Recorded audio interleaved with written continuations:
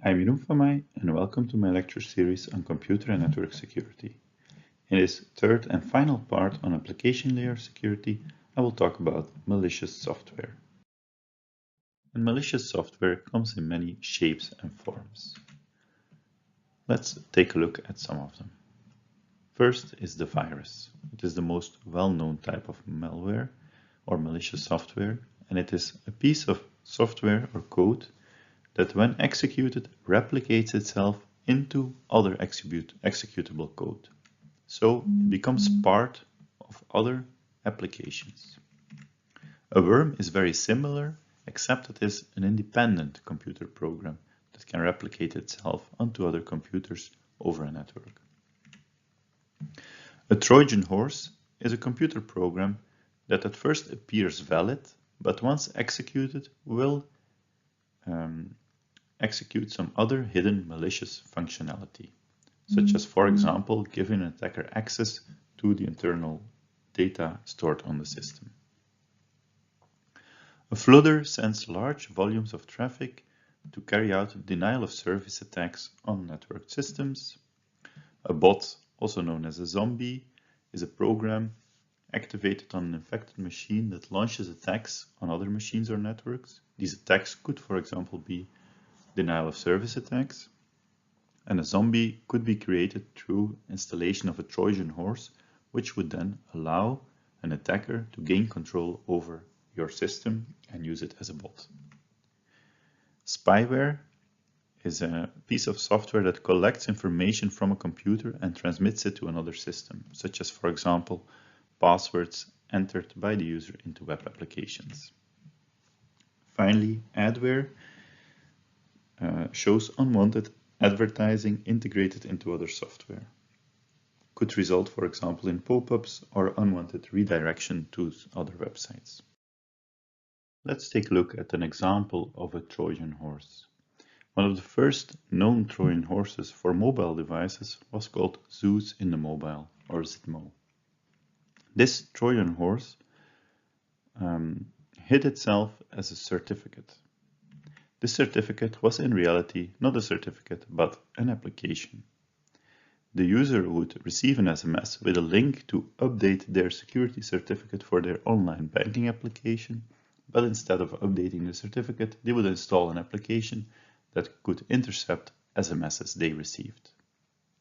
Then, when the user tried to log into their banking application and received a verification SMS with a code that they needed to enter into the application, this Trojan horse mobile application would intercept the code from the SMS and send it to the attackers. And the ZMO application was only a small part of the attack, so let's take a look at how the attack worked from the first to the last step. First, the attackers would infect the user's computer with a Trojan horse, called the Eurograben Trojan.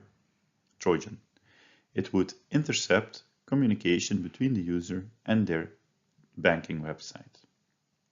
If the Eurograbber detected a user visited their online banking application, it would replace the login page with a fake page that would ask the user to enter their mobile phone number and device information. They claimed this was to update a certificate on the user's mobile phone to keep using the banking application. In reality, the attacker used this information to send an SMS that would make the user install this fake certificate, which was the ZMO mobile application. In the third step, the next time the user tries to log into their bank account via the website, the Eurograbber tool would detect this and would then also notify the mobile application to intercept the code sent via SMS that allows the user to log in.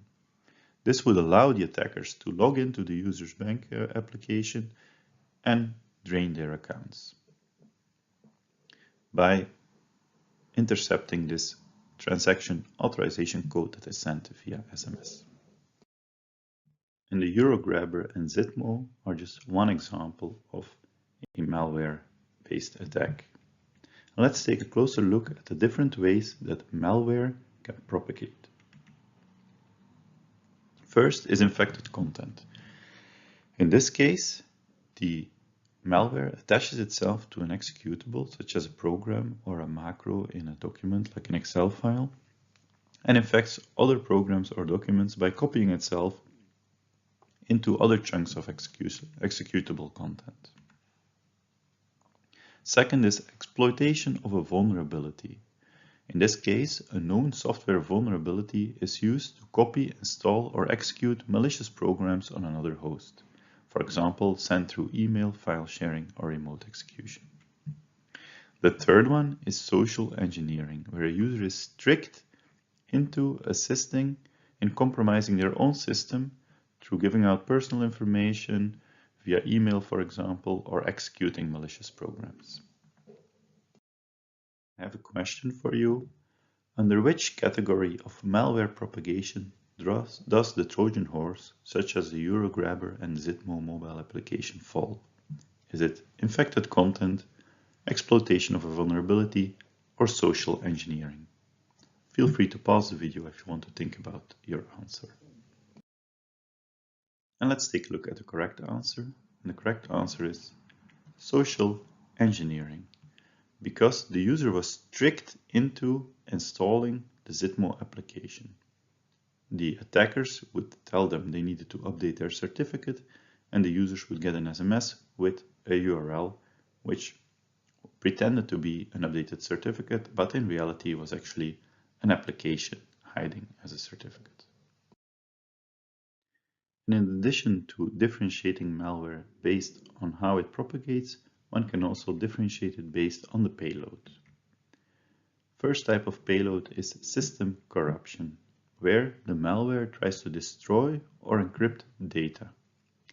This could result in real-world damage to the physical hardware and may use logic bombs to trigger on certain conditions.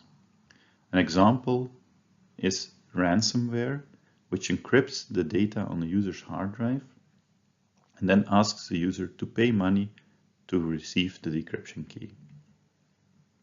Second is an attack agent, which gives remote control to functionality of the host to use for launching other attacks into other systems or networks.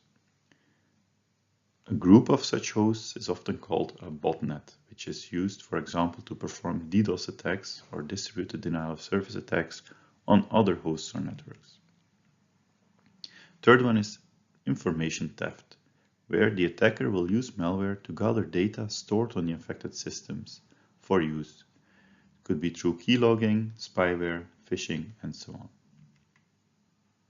Fourth and final type of payload is stealthing. This type of malware hides itself using backdoors, which are hidden entrances into the system based on exploits, or rootkits, which is a set of programs that provide hidden access with root privileges. Stealthing allows the malware to hide itself so that it remains undetected by the user and then is able to perform other types of attacks in the future. And let's zoom in on denial of service attacks, which are a very common type of malware attack. The goal of a denial of service attack is to consume the target's resources so that they can no longer provide their intended services.